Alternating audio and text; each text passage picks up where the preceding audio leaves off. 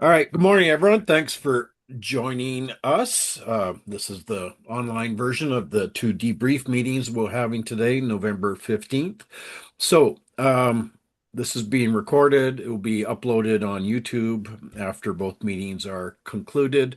Good place to have the slides. Maybe I'll check in after the meeting. If you want a copy of the slide deck, I can forward it to you via Scott. You will be working from handouts in the in-person meeting this afternoon. So I'm going to share my screen for a moment.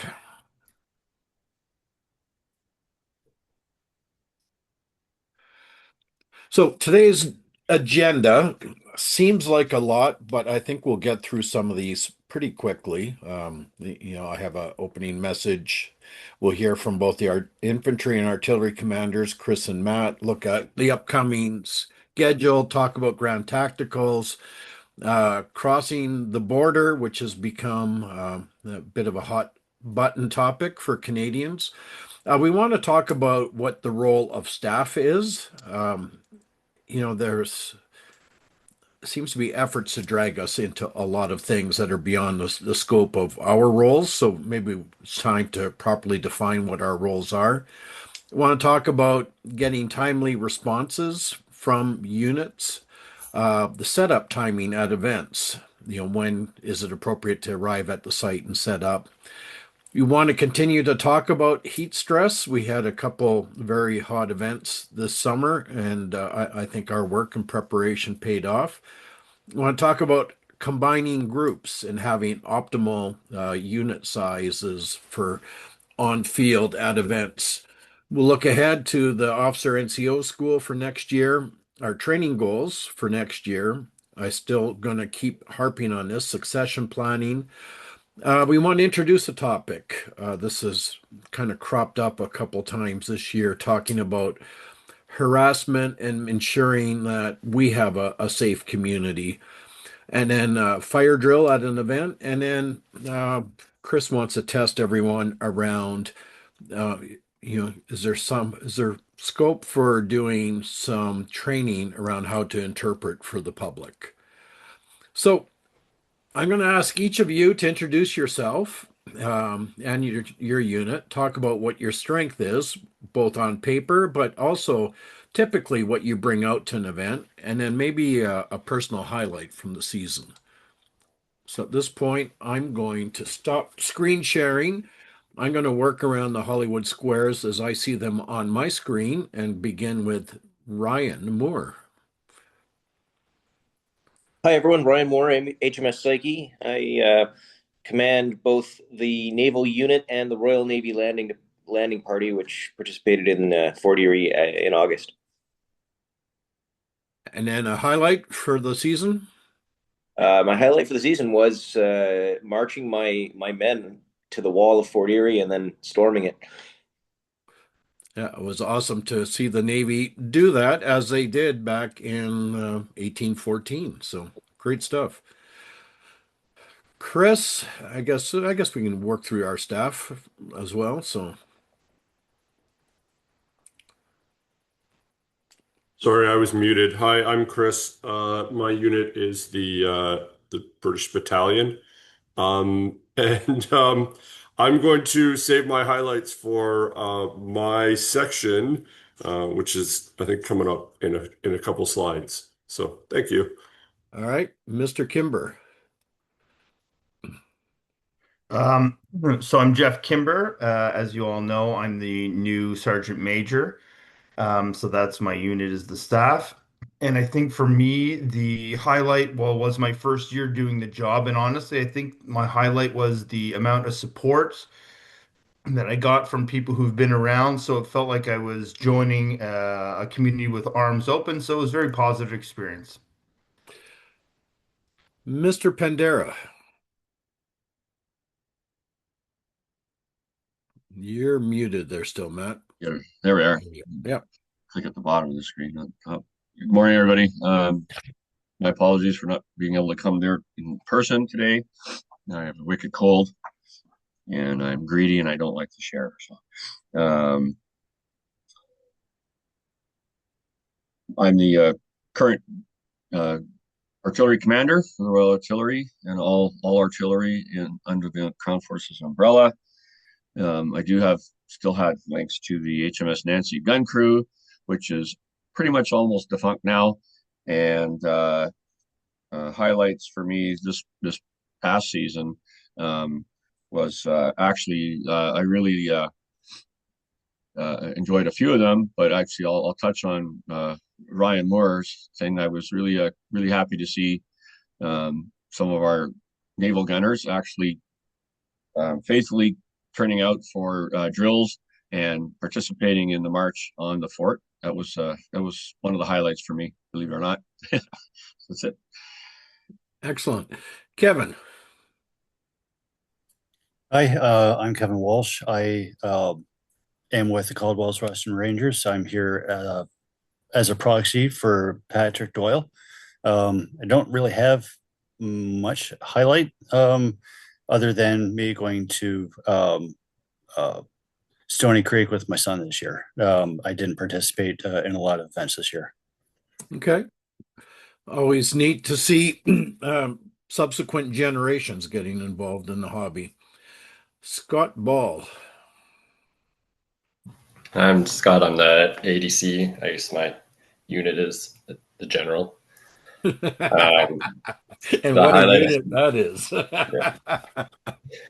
I didn't make it to too many events this year, but I guess my highlight would have been at Fort George when, despite the heat and making the battle optional, the entire battalion fell in and went in for the afternoon battle one day. Cool. Yeah. Mr. Nelson. I'm James Nelson. I'm the adjutant to Matt for the artillery, and I guess nominally the leader of Captain Caddy's Royal Artillery Company. I would say the highlight for me this year was the site staff at Fort George embracing the various artillery units' competency and being a little bit more lenient with their stopwatch, because we've been working on that for a few years, and actually letting us, shoot at a target rather than nothingness. So that was it was, despite the heat, really, really good. And that's about it right now. Excellent. Mr. Burns. Not quite. Not yet. Not yet. We go. Okay. There he is. Couldn't find my mouse there for a minute. Ian Burns. We are doing the light company of the 1st Royal Scots. Generally, we fall in with the lights. Excuse me, did I say light company? I did, yes.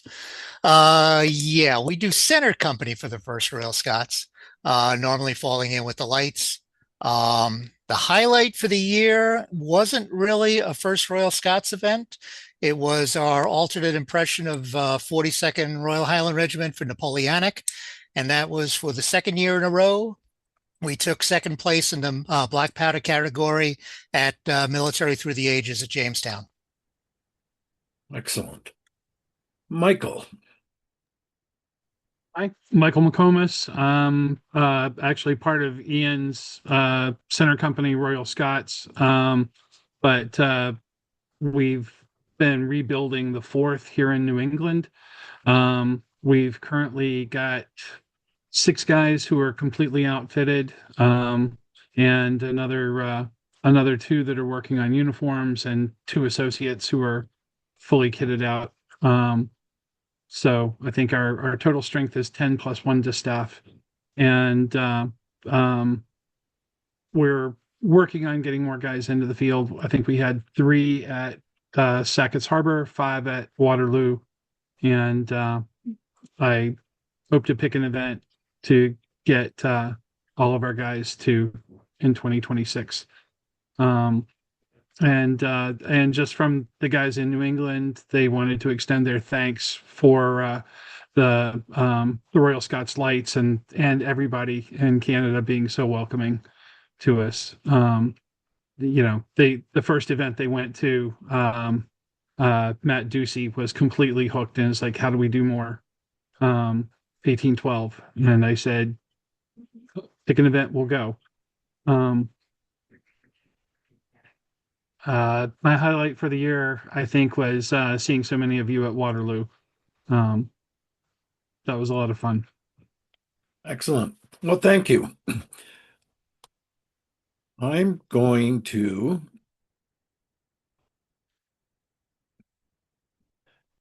do my bit talking from my slide here, where I guess I want to reflect on 2025, and it was kind of neat to hear in your highlights some of the things that I want to talk about today, or I thought were highlights. So I thought overall 2025 was a very good season.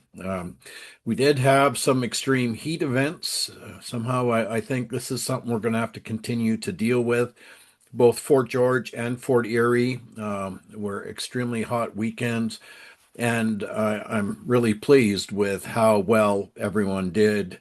We had no serious issues, but more importantly, I think we just had outstanding support from the sites. You know, Fort George were willing to cancel the afternoon battle on the Saturday. And as Scott highlighted, we made it optional. We said we would try, and everyone uh, turned up, fell in, and we got a battle in, and most importantly, we had no heat issues. So it can be done, but we got to be very smart in how we manage ourselves and manage our people. Uh, this season, we had a regrettable loss in terms of a unit disappearing. You know, to me, each unit represents a vital piece of history, especially as it relates to the service of the regiment that unit portrays. It's important to reflect their contributions to the War of 1812. So I think this really reinforces the importance of what we're trying to do around succession planning and recruiting to ensure, you know, the unit health and their continued viability. Um, as we look to 2026, we'll see some great event options. The big challenge in my mind will be the Grand Tactical at Fort Meigs, and I'll speak more on that at a later point in the meeting. I truly appreciate the efforts of our leaders to manage their units and support our troops. And I'd like to thank our staff, all volunteers, all work very hard, and all very much owning their responsibilities and requiring a minimal amount of supervision from me. So at this point, we'll look at the org chart, bring this up again. There are some minor changes from last year. You will see Jeff in the sergeant major role, and then also an adjustment in terms of the drums. And maybe Chris, you can speak to that.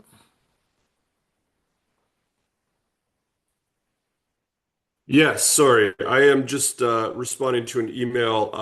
Just saw Ed Sufert posted asking if there was a meeting this morning. So I'm just quickly sending him the link. Sorry.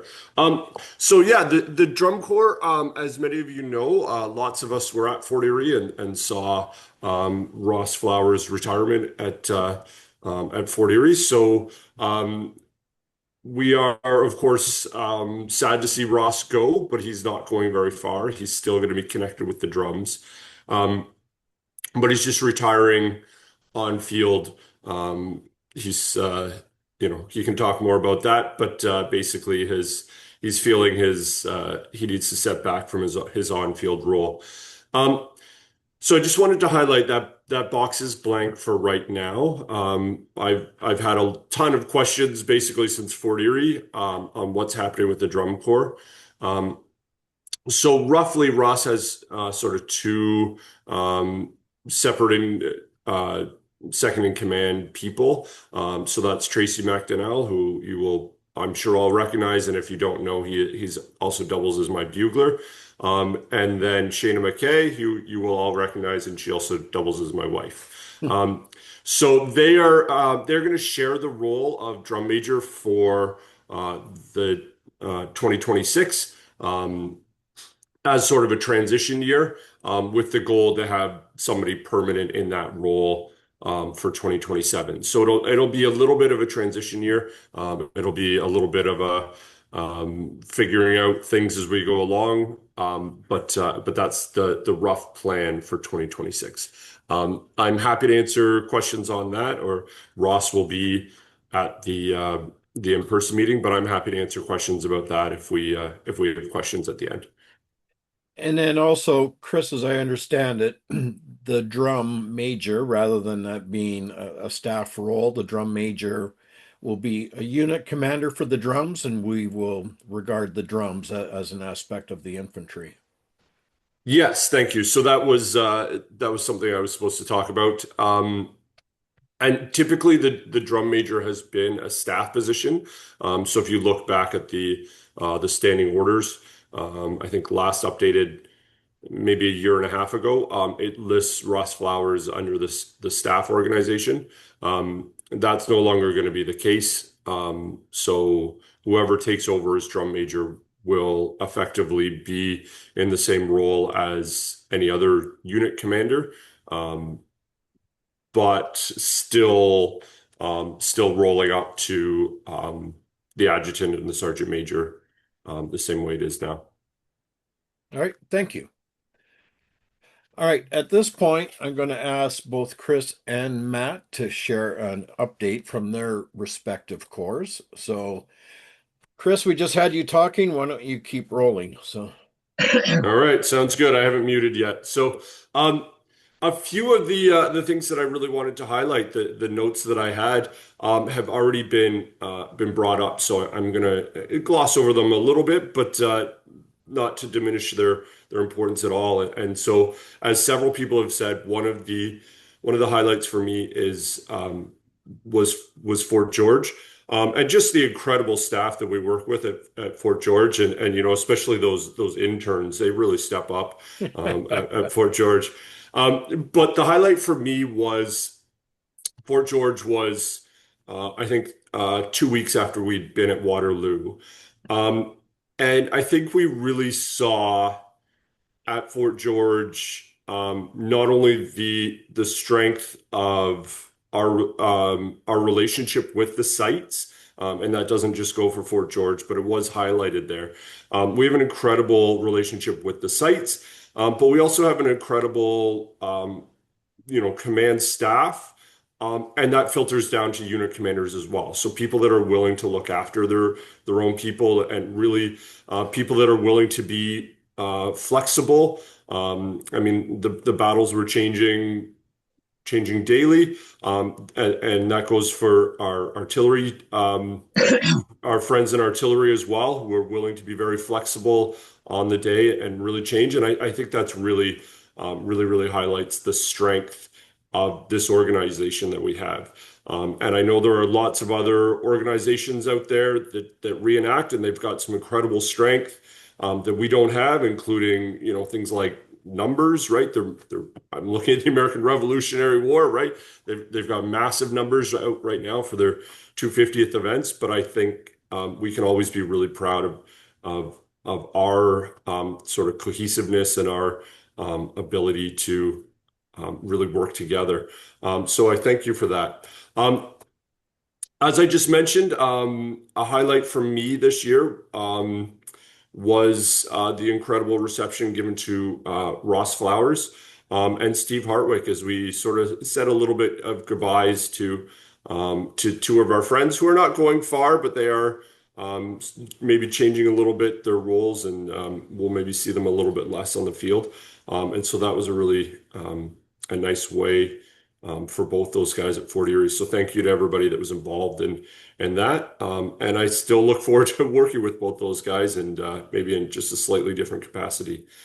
And then the last highlight for me, I have to say, the Saturday night battle at Fort Erie had some incredible things, but I wanted to highlight the role that lots of people are doing.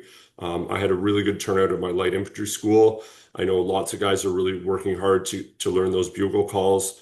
And so just really some great things working as we're learning new things. And to sort of wrap it all up, I want to say thank you to all of you for your efforts. And then the last thing is, of course, a huge welcome to Jeff Kimber. And as Jeff said, it was great to see the support he got. but that goes for all of us. You guys are super supportive of everything we do, but I'm really excited about this team that we have put together. So thank you to everybody for all your efforts, and I'll turn it over to Matt. All right. I guess I could start. Just there's a few highlights for me this year in the artillery. Um, we lost an important member in our camp this past year, and it was Mark Pollard. He was our he worked in conjunction with Ryan Clark, getting our encampment organized at every event. He was probably next to Ryan. He was one of the first people there all the time. He was his impression as a gun commander and a press gang boss, pretty much, was excellent. You could hear him clear across the field over all guns and whatnot. And we lost a very big personality, and that really hit the HMS Nancy crew right in the heart. So that was pretty much it for that group as an actual entity. And based on that, we took the Nancy gun crew in a slightly different direction. But I'm glad to see that Deanne McCain took over the gun, and she's making it to most events. She's part of the Moira crew, and so the hardware's still there, and most of the crew are still hanging out and they're there. So we really haven't lost anything. It's just who owns the gun now. That's all.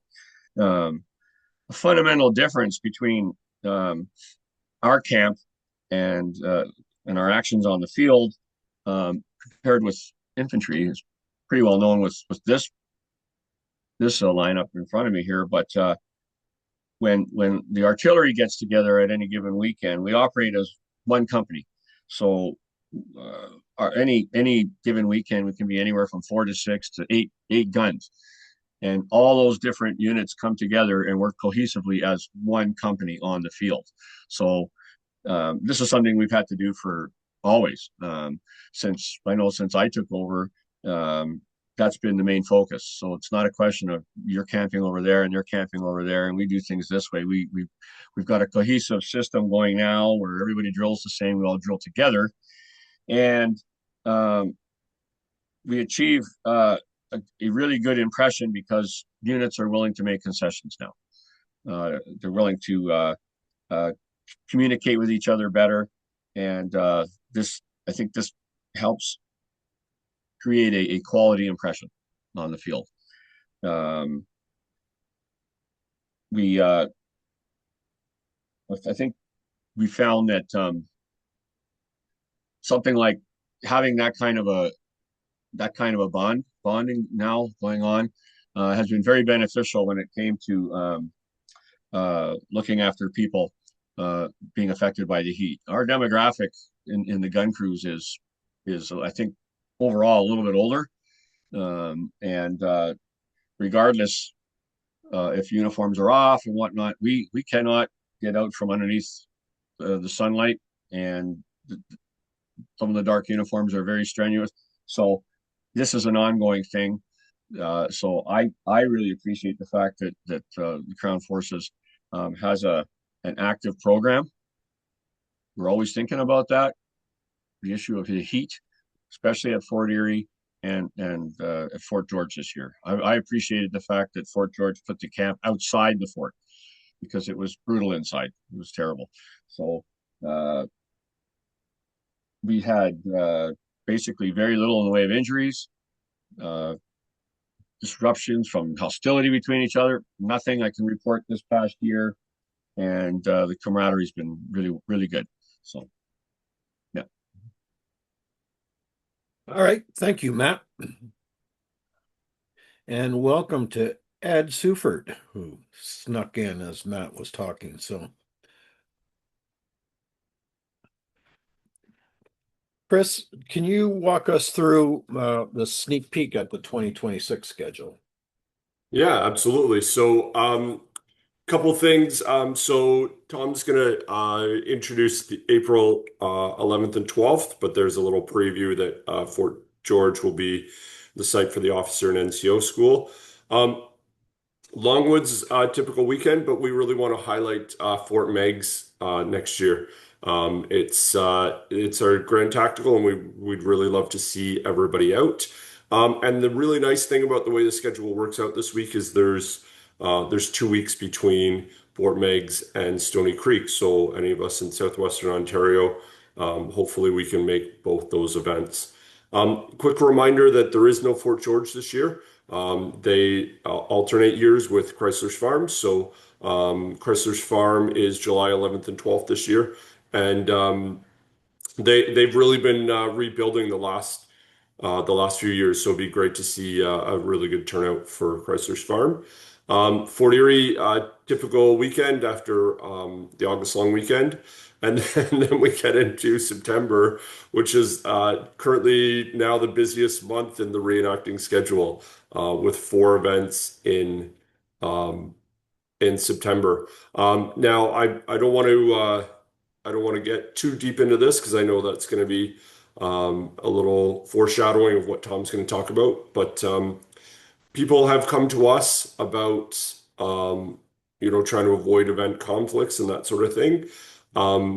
We are publishing the schedule for your information. We don't set these events. But that being said, if you've got anything that you think belongs on the schedule, and you don't see it there, this is the schedule on the crownforces.ca website. So if you think something belongs on there and you're not seeing it, please send us a note, and we can add it there. We only know events that have confirmed for us. On that note, though, as well, we we would prefer to get a note from a site telling us about an event rather than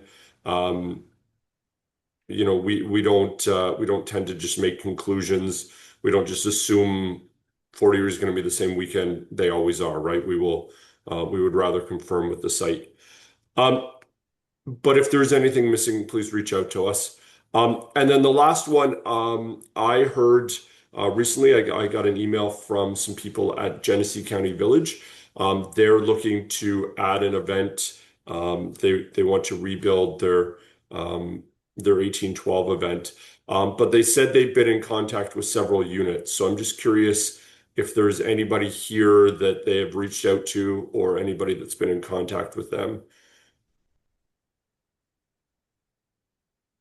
No? Okay, interesting. So they said they've heard from 4 or 5 interested event or groups. So I'm just curious who that would be. Because the weekend they're looking at right now is the weekend before the Grand Tactical, which is, I think, a challenge. But we'll have that conversation. All right. So again, any questions about the schedule? Tom's got question period at the end, so we can come back to those in a few minutes. But I think it's highlighting the Grand Tactical, and then that's the next 2 slides that Tom's going to take over. So I'll turn it back to him. Thank you, Chris. So for next year, we're going to have a return to the Grand Tactical. We had one in 2024 at Sackets Harbor. We took a pause this year because we had a large contingent going to Waterloo in Belgium, and that was our focus. So it'd be great to support the Grand Tactical at Fort Meigs. I'll speak more on that in a moment. 2027, we're looking to have it at Fort George. I say tentative in that Peter Martin is willing, but also there's a lot of uncertainty what his budget will be. The federal government, the recent budget, they announced a lot of investments in the Canadian economy, but that's going to be funded in part by cost cutting across a number of government functions, when Parks Canada may be part of that. So I'm confident it'll go forward, but it just we might have to get creative helping Peter fund that, and that may be getting more support from the Friends of Fort George. Looking to future years, other potential sites, We've talked about Adolphustown a bit, so it's kind of on eastern Ontario on the St. Lawrence corridor. Spectacular site, ideal for combined operations, Navy and infantry. I've walked the site when nothing's happening there. I went to it as part of the Loyalist Landing past June, and also was got to play sailor. I was welcomed by Ryan and the crew of the Psyche to go sail with them that day. So it was interesting to see it being operated as an event. I think we need to learn more about who the host might be and the capability, but it could be a very good, unique site for us. Mississinawa has a brand new site. I went there back in October. It's spectacular. It's the largest 1812 site I think any of us might experience, and I think there's a lot of potential, but that is a US event, and ideally, I would like our colleagues on the American side uh, choose and organize their Grand Tactical when it's their turn to host. Now, looking ahead to the Fort Meigs Grand Tactical, the elephant in the room is going to be right now the extreme reluctance of Canadians to travel to the US. I won't get into the politics of it.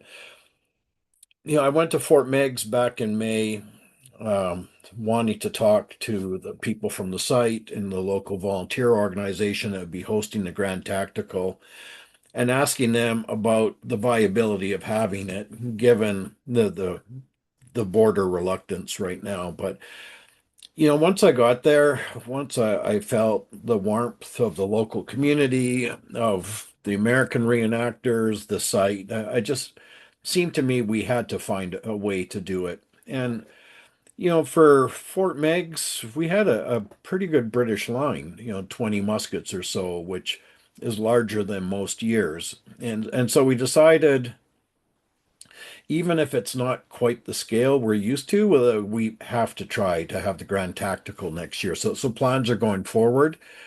U.S. based groups that portray British, we really want your support, to make this viable. For Canadians, I'd say if an individual, I encountered this last weekend at a unit's AGM where there was a young member that had citizenship from multiple countries, and he's worried about what might happen at the border. And I say, look, well, don't put yourself at risk, right? There's enough of us kind of in my category, an older white guy driving a minivan that's probably not going to be subject to any screening. I've crossed the border 4 times this year, both going into the US and returning to Canada with absolutely no problem. It was the same as before, or maybe even easier. So it's going to be a matter of people's personal comfort. I would ask that units not make decisions as units. If a unit doesn't want to go, but you have members that do want to go, then we will do what we always do, and that's combine units. That's what we had at Mississinawa, where I believe we had 10 to 12 Canadians there, and we mixed and matched and built units and had a quite of an effective interpretation.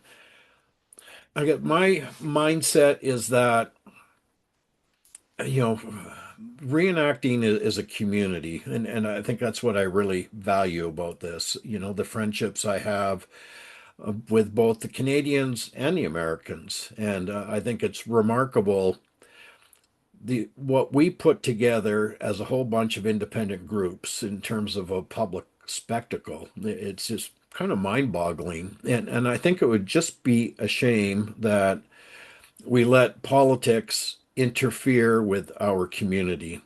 For the sake of a quick dash across the border to do an event, it's not like we're injecting a huge influx into the American economy that's going to validate their position around tariffs and economic reprisals.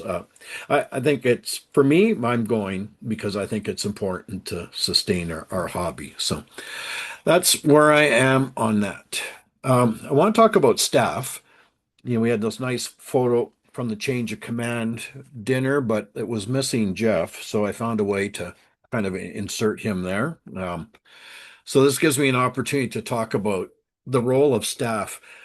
And I thought it's important to cover this off because maybe it's a testament to how well organized we are and how well we manage our stuff, but people keep trying to draw us into things that are not our responsibility. So just to reinforce, what it is Crown Forces staff do, we're volunteers but we're not part of an umbrella group, right? So you guys all suffer with us and what we try to do and support us where you think it makes sense. So, we can advise, but we do not dictate. We can't make anyone do something. We assist, but we don't control. We recommend, but we can't enforce.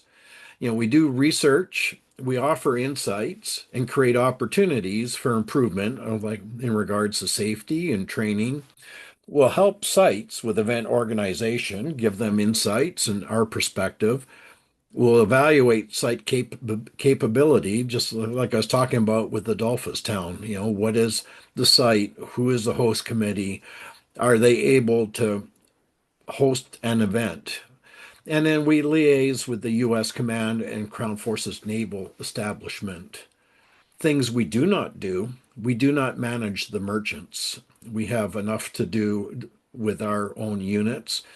We don't say who can and cannot have events. And Chris touched on that a little bit about the schedule. We don't set the schedule for events. If someone asks, we can direct them to our site where we list the events, let them know what's on the schedule. We don't manage the American troops. And under Martin Land, I think we're seeing them mirroring a lot of our activities and getting very well organized. And I really respect what they do over there.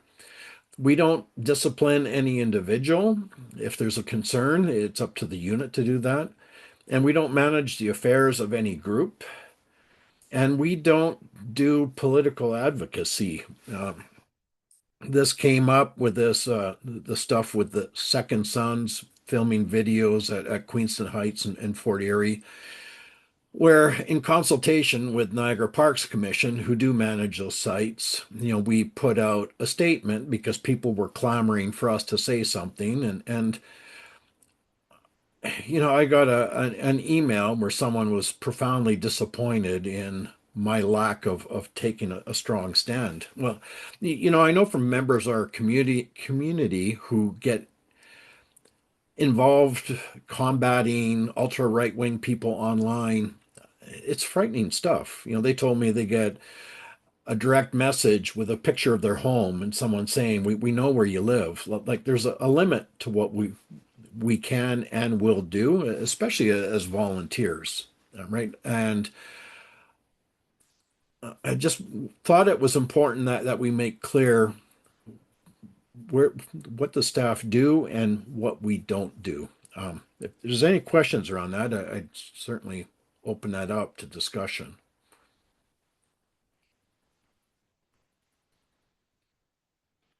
Yeah, that's a real tough one because even though we are volunteers, the impression we give is we are in a position of authority, but we aren't. We're not real army. We're not real, we're not police, whatnot. I've had a few messages and calls from different people regarding that issue that took place, and my response kind of was like, well, there's really nothing I can do. As an individual, I can't I can't walk up to people at a site and say you can't be here. I don't have that authority. So Well, if we had actually seen him at a site, we can point it out to the organizers and make them That's aware it. that That's it. Yep. but Yep. all this stuff was flying under the radar. I don't think Yeah. any of us even knew they were there at the Fort Erie event and filming. So I didn't see them. So yeah. yeah. All right. So here's hoping that they've largely disappeared, and I hope they stay that way. So, Chris, you wanted to cover this off. Yeah, so this has been a piece of rope that I've been pushing for several years, right? So we really need to. I've been saying for years we got to get those registrations in. Sites really rely on these things for all those things, right? If they're planning meals or firewood, how much staff they need, right? Planning an event with 50 people is very different than planning an event with 250 people. And some of you know I worked with Parks Canada this summer, so I got to see it a little bit from the other side. And it is hugely important.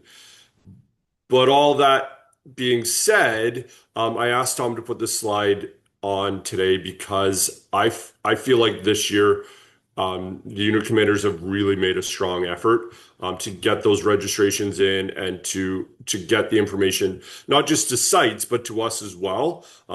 Which I know years ago people used to get frustrated and they would say, "Well, I already sent in my registration for Fort Erie. Why do I have to respond to Colin, our adjutant, telling him how many guys are coming?" And it is frustrating that we have to do that twice, and I get it. It feels like a little bit doubled up, but we don't always have access to those registrations. And those registrations don't always include the information that we need, right? So if you registered 40 people for Fort Erie, sometimes we don't know, does that mean it's 40 muskets or does that mean it's 5 muskets and 25 women and children? We don't know. So we do ask for both of those, and I know it's a frustration sometimes for some people, but I did want to spend a second to say thank you so much for your efforts to get to really improve on that and really get those in and really get the information to where it's needed. So thank you to everybody for your work on that. And Chris, this is you as well. Yeah, so carrying on again on that role I had in the summer with Parks Canada. We had at a few different events this year, we had people asking to set up early. Um, and so in the past, our deadline has always been, or our hard line has always been, please don't set up in the British camp before Friday at noon. That gives Ryan, and that goes for the artillery camp as well, sorry. But that gives Ryan or James, I know, was doing it a lot this summer, laying out the camps. That gives them time to get there in the morning, right? These guys don't want to take 2 or 3 days off work, right, to get there early. So they get there Friday morning, get the camps laid out, and then we can start arriving on at Friday at noon. But I had several people asking this year, and I get it, right? Because of the heat, they're saying, well, you're asking me to get there at 1 o'clock on a Friday afternoon. I'm setting up in the hottest part of the day. I don't want to wait till Friday night at 9 o'clock when it cools off to set up. I want to be already done by then. So they're saying, can I come in on Thursday evening and set up? And so um, I would ask that you just respect our timings. But I would also point out that from a site perspective, that adds a lot of logistical issues for sites coming an extra day early. They probably don't have the firewood ready, right? They don't have portos ready. Most of these sites don't have security set up for Thursday. So I know that for a lot of us, it would be, especially teachers, if you're off in the summer, right? You say, well, why can't I get there on Thursday? And it adds a lot of headaches for us and for the sites that we're just going to go back to asking, just as a hard line, Friday at noon, please don't ask to be earlier. I mean, I know I've done it personally. I've gotten to I think I got to Fort Erie Thursday night, stayed in the barracks one year so that I could get the camp laid out Friday morning. But we're just gonna say as a blanket policy, please plan to set up after afternoon on Fridays. All right, thank you. Uh, Heat stress, I'm not going to go into this in detail, but just we've done very well since we started focusing on this the last couple of years. You know, but there still is times where it pops up. It's unavoidable, you know, for a variety of reasons. On the Sunday at Waterloo, you know, I had my own personal experience with that where I had a touch of heat stress and took myself out of the line.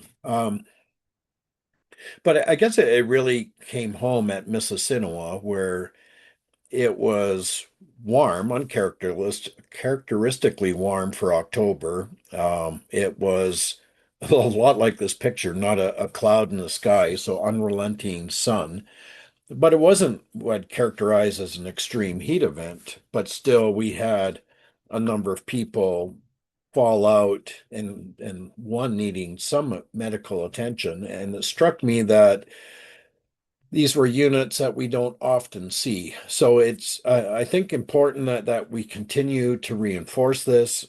And I think it's important that unit commanders and senior NCOs continue to share this with their units and continue to manage this because it's something that's not going to go away. So we'll try to figure out, and maybe it's just we'll distribute these slides as a separate handout so that all units get it again. Get it again. I tried to take Rob McGuire's presentation and break it down to just some of the key elements. But I think one of the key scenarios here is that, or the key takeaways is that staff, you know, we monitor the temperature, humidity, this wet bulb globe index, and we'll talk to the sites about it. We'll manage the day's programming. But when it comes down to the units, then unit officers and NCOs are responsible to make sure and monitor the fluid intake of their members. Are they actually eating? We've had some people drop out because they haven't eaten anything that day or had minimal time to eat. Cooling, kitting down. I couldn't believe it. At Fort George, we gave everyone permission to, in fact, told them preserve your bodies for when we need you. Don't wear your uniforms through the day or barracks coats. And I still had to chase down individuals and ask them what the hell they were doing, get back to camp now and peel that kit off because there was no need for them to be in kit at that time. So it's, you know, you as a unit officer and NCO, you really got to take a strong stand and manage your people. And some of it might be having a tough conversation, right? Like, I know you went hard last night. You're struggling already today. I don't think you should be going out on the field. You know, because then that becomes a severe medical risk, and then it also becomes a distraction for it might be a sergeant or an NCO. Instead of managing their responsibilities with their unit, they're having to look after an individual who probably shouldn't even be on the field in the first place. So, all right, at this point, Chris, if you can talk to this. Yeah, sorry, I'm just trying to catch up on my paper slides here. You ran through a few all at once there. Um, so combining units is typically something that in the infantry we have done very well. So I give credit to lots of different people for that. Right, that comes from um, Colin and Jeff and you and before him as part of the training regime, right? Making sure that everybody's using the same manuals and on the same page.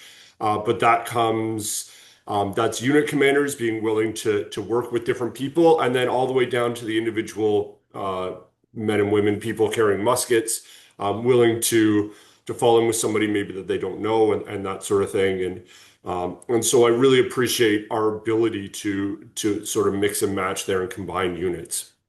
What I would like to say here today, though, is please, please, please, you have to allow us to make those combinations. So in some cases, we get people who approach us and say, "Hey, you know, at Fort Erie, we're only going to have three muskets. But we're really good friends with, this unit. We really want to work with them. And I get it, right? But if that's not the best fit, then it's a challenge.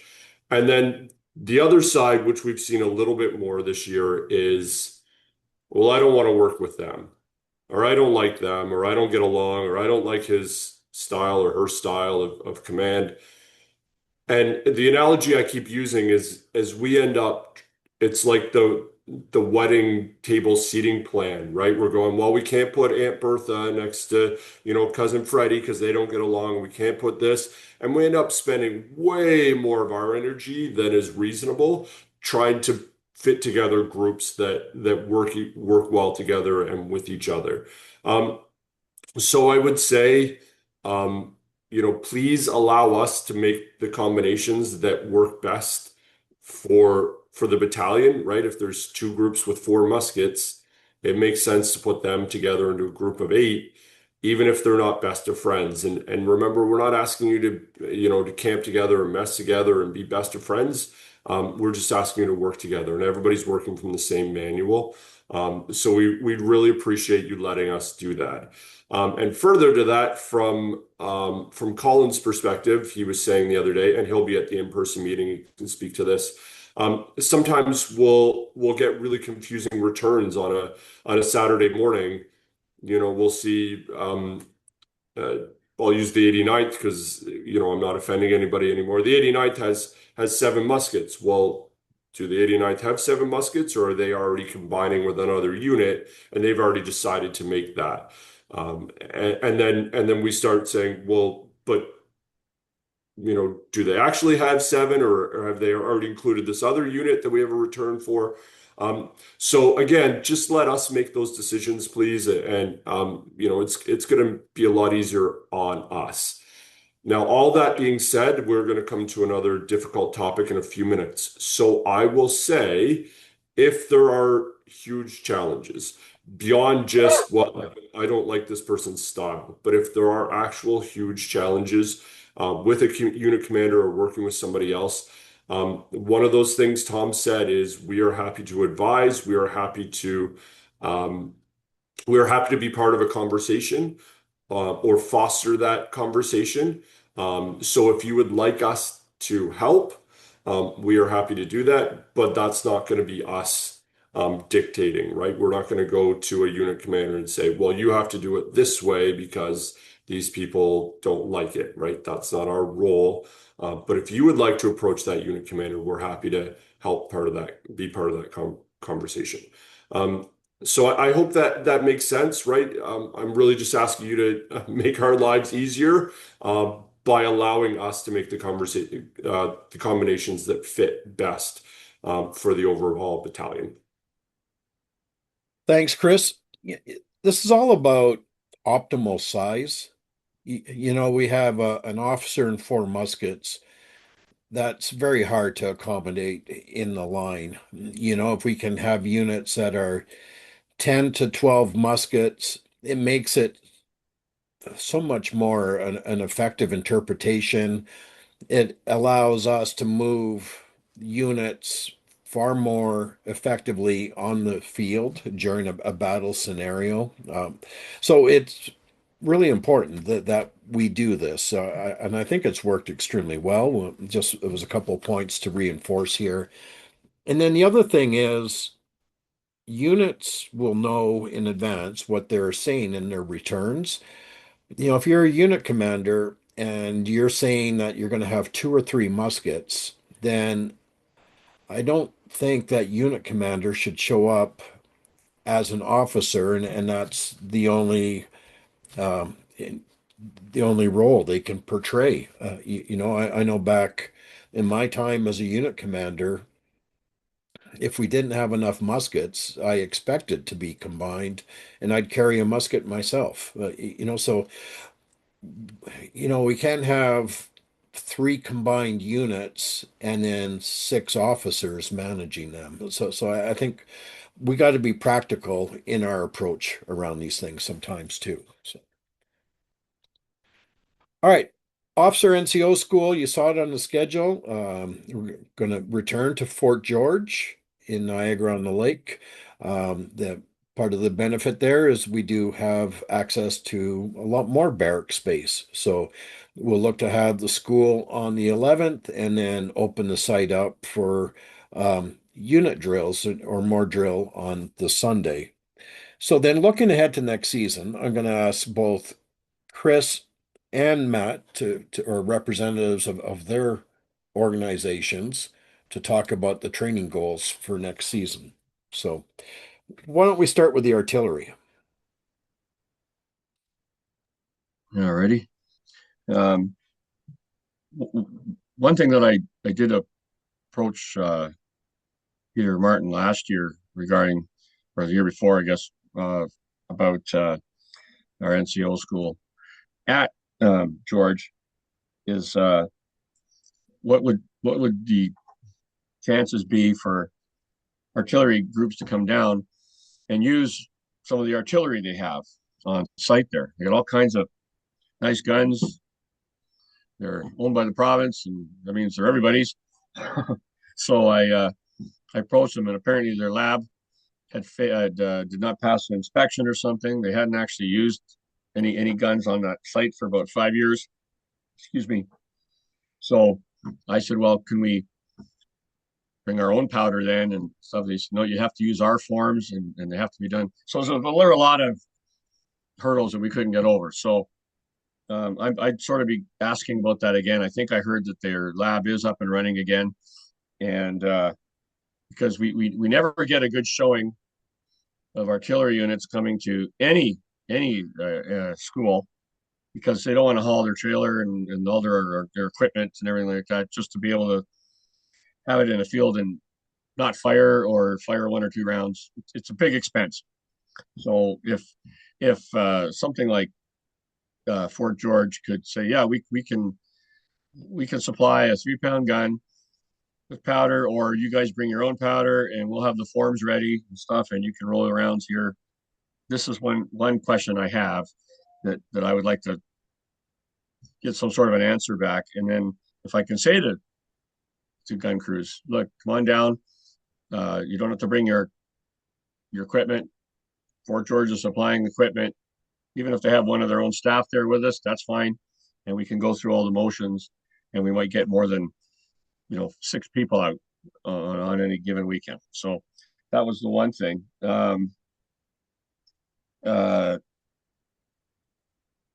was the one point. Our training goals, typically as usual, James has been in charge of direct training. We discuss what we think we'd like to see groups do over the last 2 or 3 years. We've been sort of making sure everybody's on track with the being flexible to help each other out, and that way they're proficient with moving the limbers on the field, because although Fort Erie is the best field for us, we still have a corridor we have to stay in.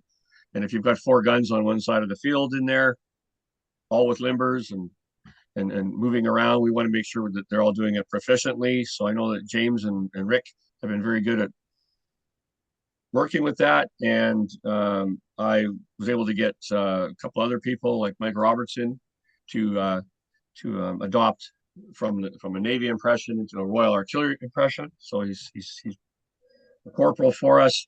He's not on the staff officially, but we're starting to integrate him into the whole process of training his crews and whatnot, and taking on a few more responsibilities. That way it's not all on James' plate all the time. So by dispersing some of the responsibilities, I think is being beneficial. He can comment on that later. And making sure all the crews, something else that we pushed is that they're proficient on all positions of every gun. So we don't have certain people saying, "Oh, I'm the limber guy," or "I'm the linstock guy." Doesn't work. You got to be able to be proficient on every position. Some people don't like certain positions. That's fine, but we want them to at least do training in all those positions. And I believe James and Joe, our sergeant major, are talking about incorporating a little more foot drill so that we can, and this goes to our morning roll calls, post battle rolls, forming up for parades for the morning colors. And if we are actually being involved in a parade, we know we have limitations. There's never a weekend, back-to-back weekends where we have the same people show up. And we just have a number of gunners that the whole idea of marching and all that is not why they got into the hobby and whatnot. So we have a limited number of people that are willing to put in the time to learn some basics. And I think we've sort of settled on that. I think James, right? So we can get that 6 to 8 man frontage on a morning parade line so that we look good. We're not proficient enough to be on the right of the line, so we're fine to be on the left of the line. And by doing that, we've actually gotten more Navy to come out and actually learn what their left foot and right foot are, stuff like that. So that's worked well. Yeah. So as far as I know, that's the basics of what we're keeping, and other things just like proper cartridge rolling and equipment, keeping the tabs on equipment properly. So yeah, that's Right. it. Thanks, Matt. And is it Jeff that's going to talk on infantry? Yes, please. Okay. So our training goals, jokingly, we had a meeting about this just last night, or maybe the day before. Anyways, it is simply to try to get drill. One of the largest challenges that we had this year is the heat made it that we don't want to take the whole battalion on the field in the morning and march around and try things. So what we're going to try to do is, I'm not sure how successful we'll be because of the heat, but is essentially to tighten up what we already do. So we don't have a big new strategy that we're going to try. Simple things like volleys and wheels, small arms. If we can tighten these things up, continue to be on the same page, it will just make when we actually take the field for an actual battle, just make things more efficiently. So there'll be more about this when we do the NCO school, but basically that's it. So no huge thing. All right. Thank you.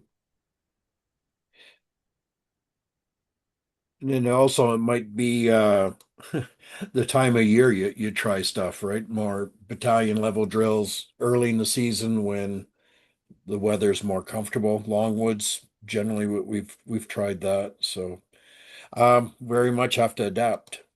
All right, succession planning. I introduced this maybe 2 years ago, and then last year created a form, and asking for unit replies.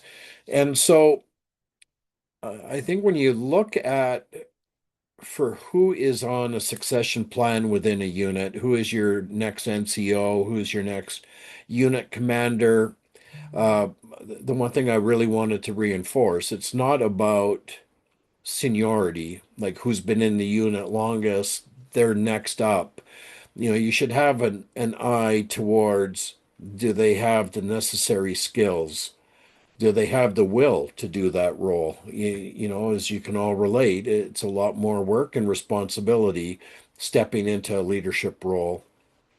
And then back to my corporate days, something we always looked at was, are you creating an artificial ceiling? Are you promoting someone into a corporal role, but that's all they can ever do? You want to make sure they have the ability to not just do the role you're looking to promote them in, but can they do the role or roles beyond that so you can see a pattern for development. So uh, maybe I'll rethink the form a bit. I had some good conversations with some units, and I had no replies from a number of units, and I think we got to figure this out because on the infantry side, we've seen the loss of 2 units, right? And one of them, I think both of them, because the person that had been managing the unit, commanding the unit, they had left, in another case passed away, and then there was no one in the unit willing to step up and take on the responsibilities, and then those units were dissolved. So um, maybe the question to be asked, if you're not able to do this next year, who is? And what have you done to prepare them for being in that role? And then think in terms of um, then your key support people, sergeants and corporals. A lot of units have a different person that manages kind of their corporate legal affairs, right? The chairman, like, how long has that person been in the role? Who does it next? And then can the unit carry on with any kind of disruption in any of these? It's just so important that we get thinking about this down to the unit level. And then another example for staff. When I was a unit commander, I was the beneficiary of this experience. I was given from Peter and Craig the opportunity to command wings, and that helped me develop skills managing a larger body of troops. And I was able to do that because I had the support of either a junior officer, which Andrew Bateman had become, or the support of good sergeants, so that I could go do a wing and know that the 41st were still in good hands, and they were still a functional, capable unit. So, for our unit commanders, if you get the tap, you get the chance to step up into a wing position.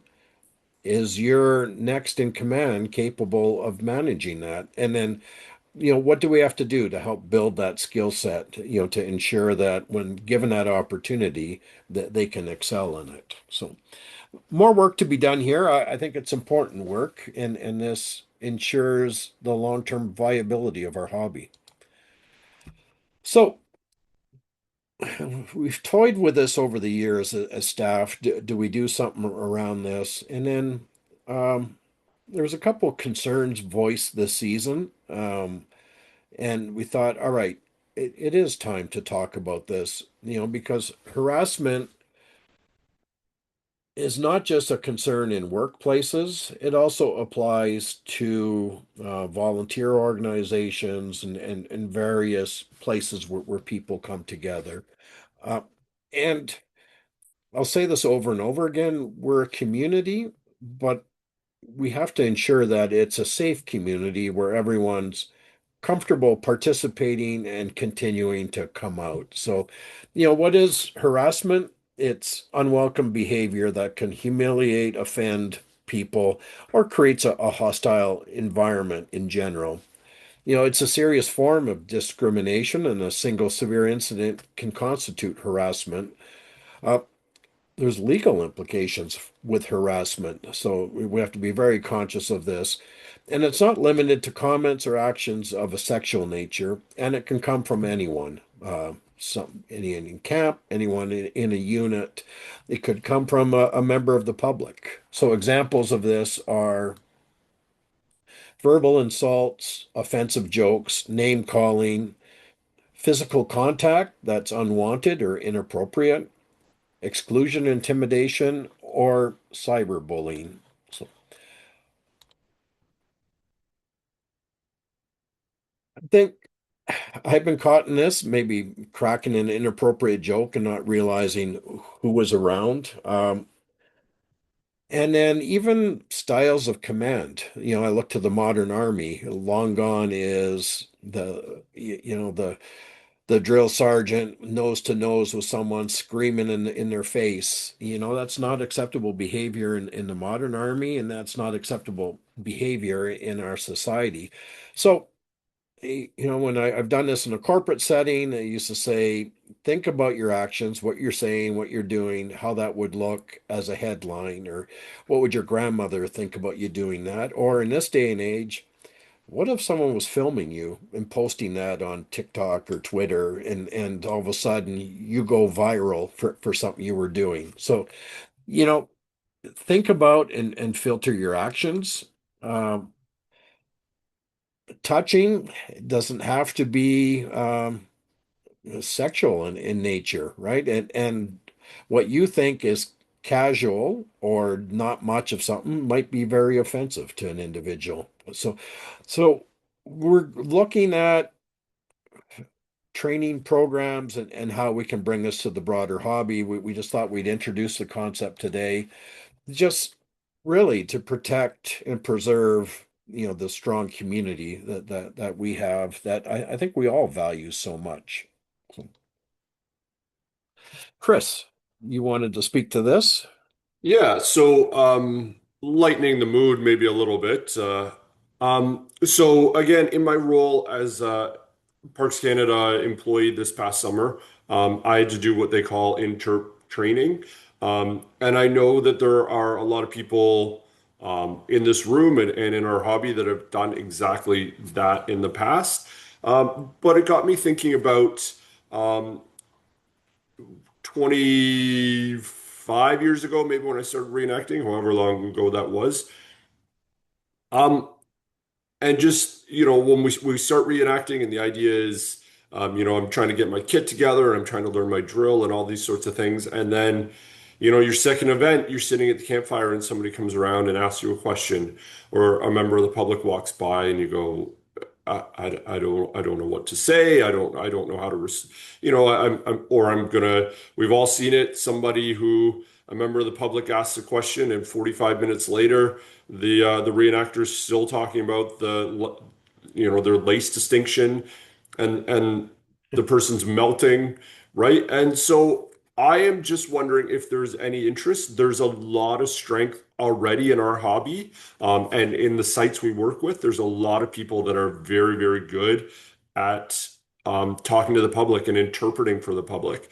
And actually, one of the places I had the pleasure of going down to Jamestown for that lovely silver medal that Ian Burns mentioned. There's a ton of strength there, right? Another site that we see, they're incredible at interpretation, down in several sites in Virginia. So this is a little bit of a poll here. I don't need firm answers here, and it certainly doesn't just need to be unit commanders. But I'm wondering if there's any interest in trying to do, it would be a separate day, maybe online, but just get some of those people that are really good at talking to the public and interpreting for the public. Is there any interest in sort of a training day or a training session? So I guess here right now, I will just ask if you don't mind, take this back to your groups. Maybe as a unit commander, you go, look, I've been doing this for 30 years. I know how to talk to the public, or I think I do. But I've got a few young guys that would really benefit from this, or are really interested. That's their strength. So maybe they'd be interested. So I would just say, if you don't mind, maybe if you could go back to your units and see if there's any interest in this, maybe we can set something up over the winter. And the last thing before I move on is I would like to highlight that this came out of actually our search for a new sergeant major. One of the candidates indicated that this is a really important. Actually, I think it was two of the candidates indicated that this is a really important part of reenacting, and they would love to see more focus on this. So thank you to those people who highlighted that. And yeah, I would love to hear. Maybe we'll send out a poll. I'll ask the general if he'd mind if I use his ADC to send that out, and get some interest. Thank you. So Scott shaking his head no, and James has his hand up. James. I think I unmuted myself. So just as an aside to that, I know Chris, you conducted a lot of camp tours. I think at Longwoods, you're running around wearing many hats, doing that. Other places, I'd see, you'd have to run off to a camp tour. So, for as you go through, maybe as part of this interpretation, move forward that way, as if we know camp tours happening, I don't know, 11 o'clock, right? And you're going to swing by the artillery camp, so yeah, this is, beyond like, hey, here's these guys, they all smell of sweat and the cannons are here. And then you move to the next thing. There's obviously lots of people in our group that like to talk, stop by and we'll, 5 minutes of like, hey, this is the, something like that. And, yeah, if there's people that are willing, I don't know how busy, someone like Vicky Lewis, who's always cooking and taking care of you guys, steps out and says, this is all the stuff I have to do to keep these guys fed type of thing. And, maybe a little, that might, help with the interpretation, and beyond, putting all the onus on someone like yourself to know everything and have all the answers, then other people can assist you in that regard. So just my thoughts. Yeah, absolutely. That's a good point, and sort of share the load. Yeah, I like it. Thank you. No problem.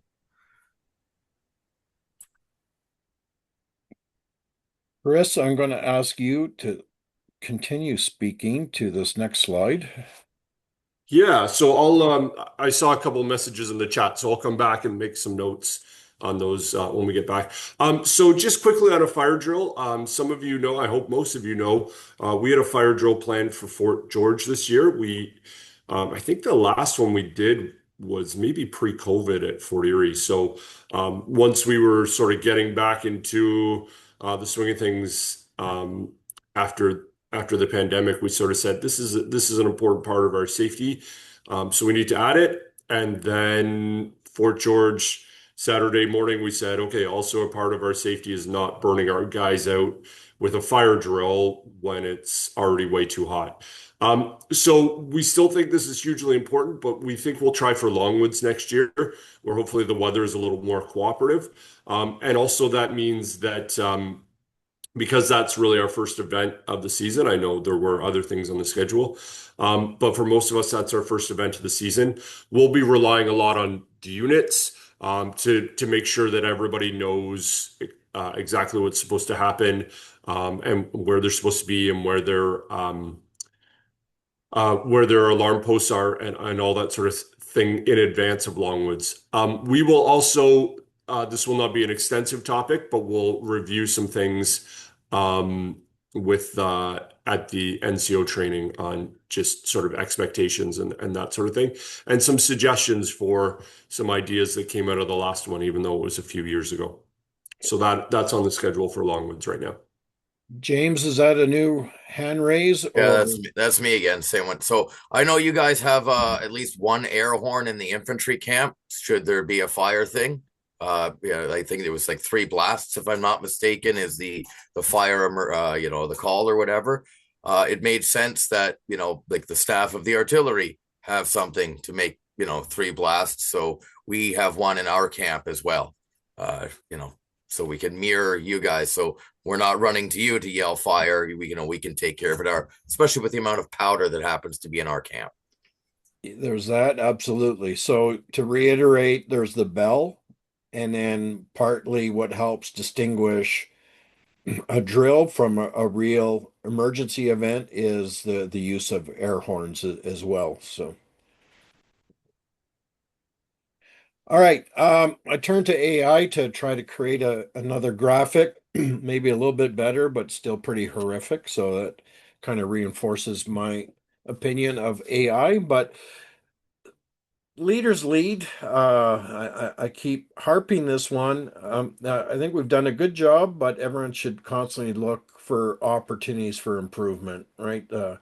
Part of a leader's role is thinking towards succession planning. Part of a leader's role is ensuring unit health through recruiting and the training of recruits. Let's maybe we can have some conversation at the officer NCO school. What is the appropriate amount of training a recruit gets before they can fire a musket on the field? I think we have some guidance in the standing orders, but I still have seen a rush training at an event trying to get someone ready to take the field, and I wonder about the safety of that individual.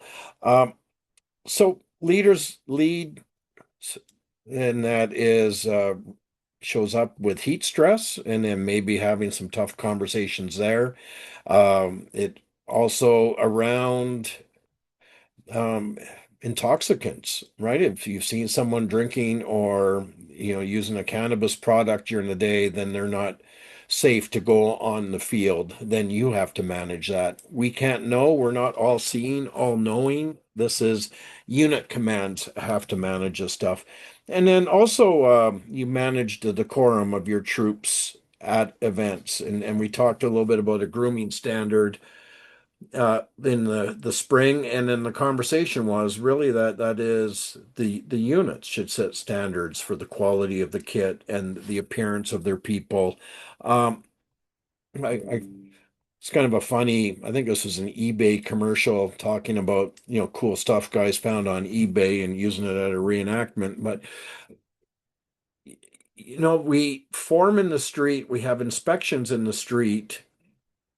You have to be conscious of your people and how they are prepared to take the field. I've heard a horror story where I think it was Ewan was, checking troops out and saw someone in sandals. Is that safe to be taking the field? So we really, really count on you guys to manage this stuff. When we do a safety inspection, there shouldn't be any surprises out there because you've just done it with the time you're allocated in the street. Like you're checking the kit of your people. Are they properly dressed? You're checking the muskets, is the barrel clear? Is the half cock working? Various things like that. Like we're kind of a last check, a very visible check, but all that stuff should happen in the street before we ever see the troops. So I think we have a lot of outstanding leaders,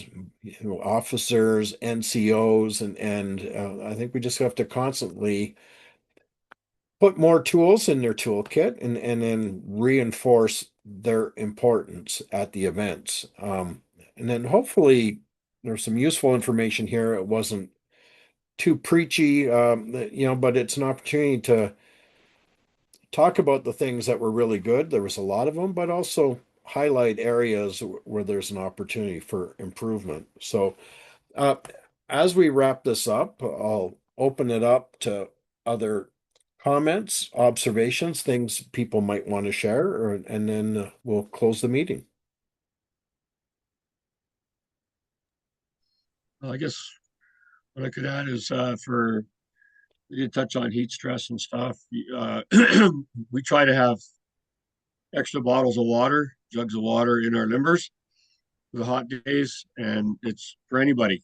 So water's cheap. So if some guys infantry that have taken a hit or they've had to because they got to bow out and they're laying there, there's usually water and first aid kits and fire extinguishers with us on the field. So if any of that is needed, anybody can approach the artillery for that, and we should be able Yeah, to have that available. and if I can point out, then our staff, usually it's my poor ADC, has to carry the first aid kit, but that has a bunch of things in it, including some chemical cold packs, right? So we have the opportunity to provide some immediate support. And then quite often when they're at an event, BID has also bought a defibrillator, which is also on the field with us. So, Great, yeah. Ian. Yeah, two questions. One of them is, I know well, actually, it isn't that far off. Do you see any real interest in Rev War up in Canada? I know it's big down here right now, and it's going to be for the next 7 years or so. But I was just wondering how that would affect attendance at events coming forward.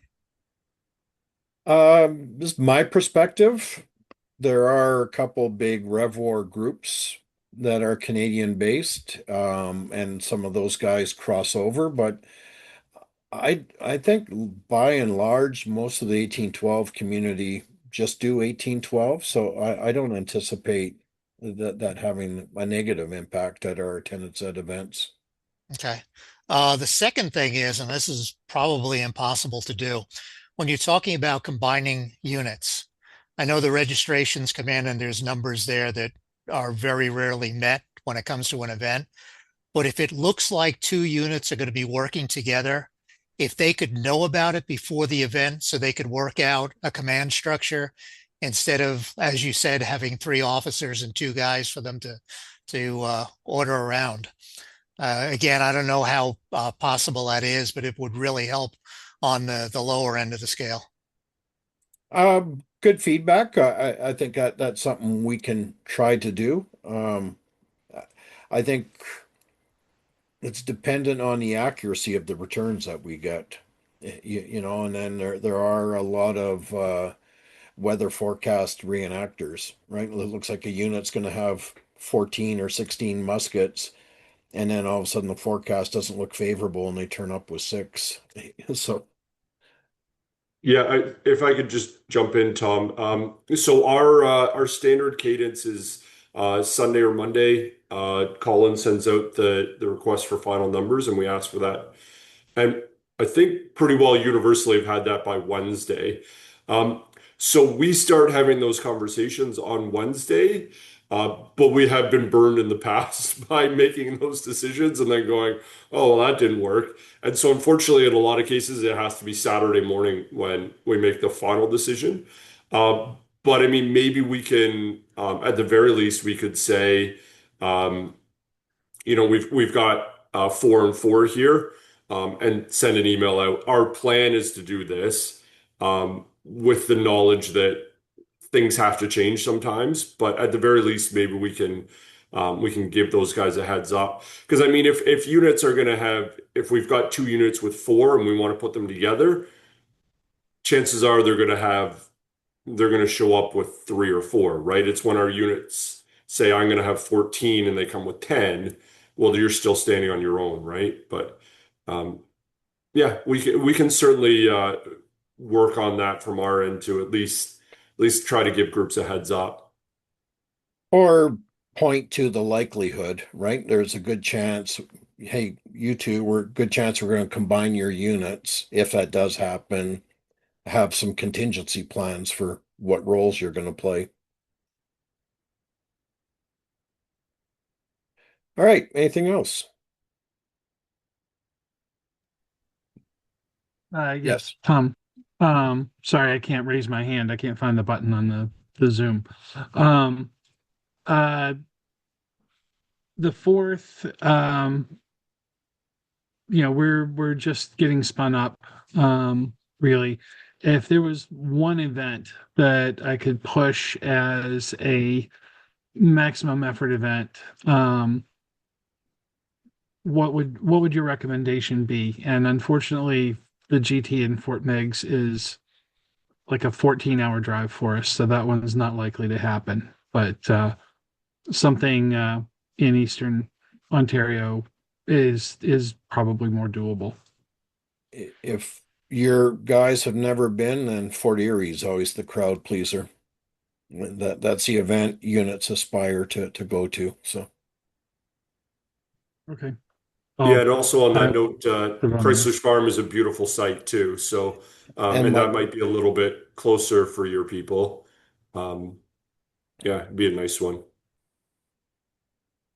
Yeah, the guys who went to Sackett's Harbor were very impressed. All of our guys are Rev War reenactors and are a little tied up in Rev 250, but they've expressed interest in doing a push to at least get to one event this year. which is great. Look forward to seeing them. All right. Well, I think I'm going to shut this down because we do have some people that have to start driving to Cambridge to get ready for the next meeting. So thank you, everyone. Appreciate your time. There may be meeting notes. I see the AI thing has been flashing, so I'll see what I get, and we'll also figure out how to make the slides available to you. Do people want a copy of the presentation? Yes? Okay. All right. I'll get that out to you through Scott. All right. Thanks, everyone. Really appreciate your time and attendance today. Thank you Thanks for all. having us. Thanks, everyone.